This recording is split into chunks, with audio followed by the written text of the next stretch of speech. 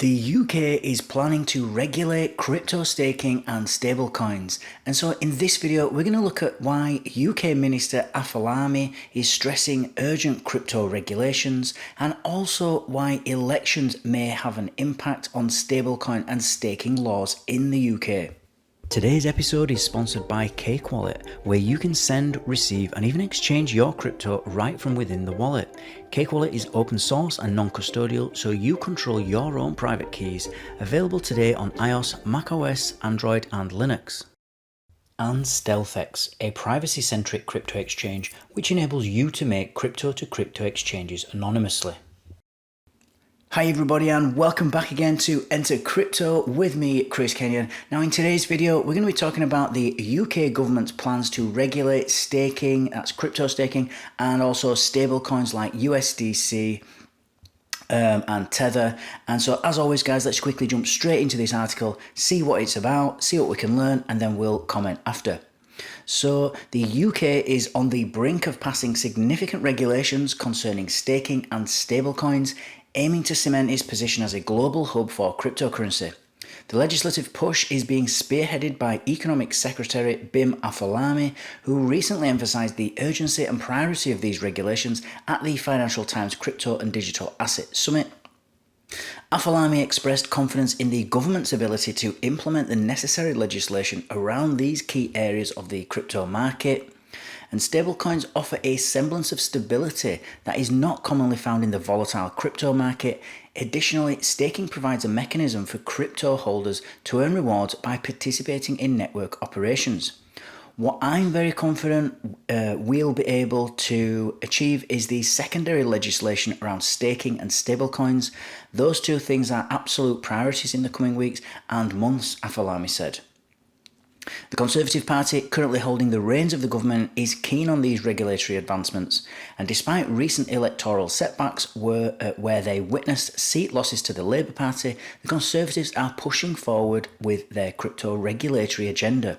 Still, the political climate has uncertainties, and the recent shift in local power dynamics could influence the legislative process, especially with the general elections looming, and the need to act worsens due to these political pressures and the global financial impact on the UK's regulatory stance.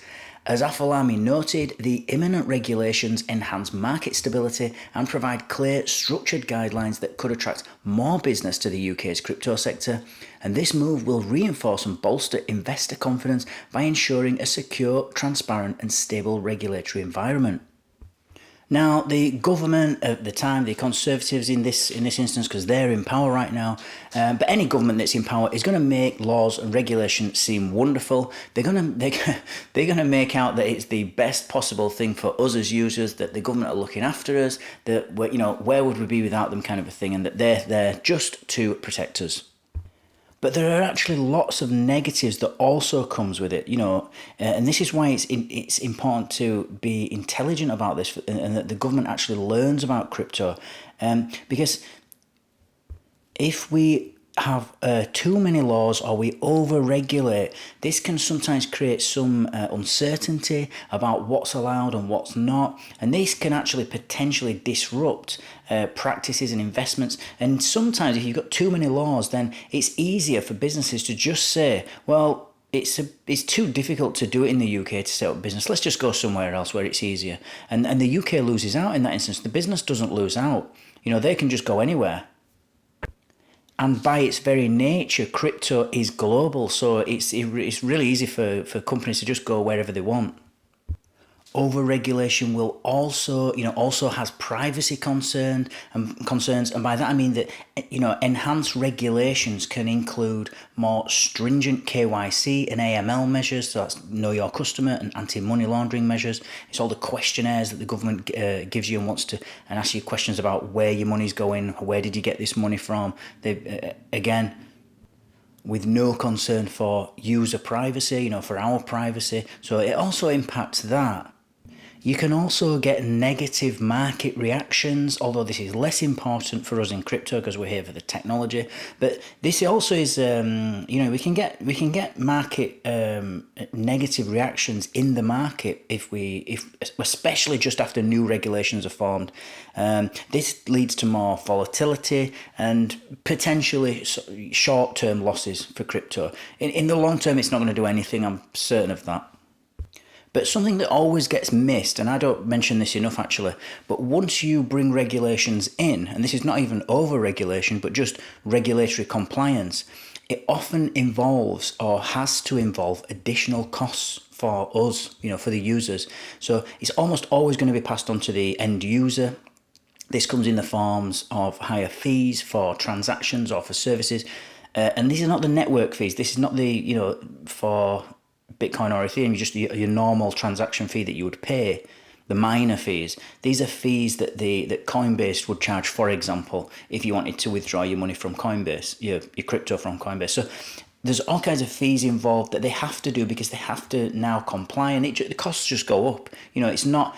It's just not efficient to have more barriers, obviously, and there's a cost to it.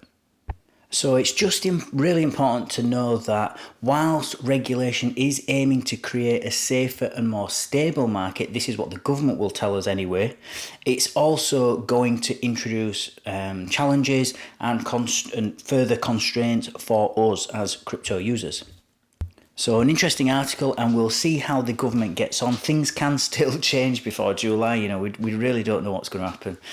But we'll see. The government is really desperately trying to get this through, get these laws and these regulations passed before July. And so as always, guys, thank you so much for listening. Thank you for watching. Don't forget to like, subscribe, and click on that notifications bell so that you don't miss out on any future updates. Everything I put out is time sensitive, and I'll see you all tomorrow. Take care.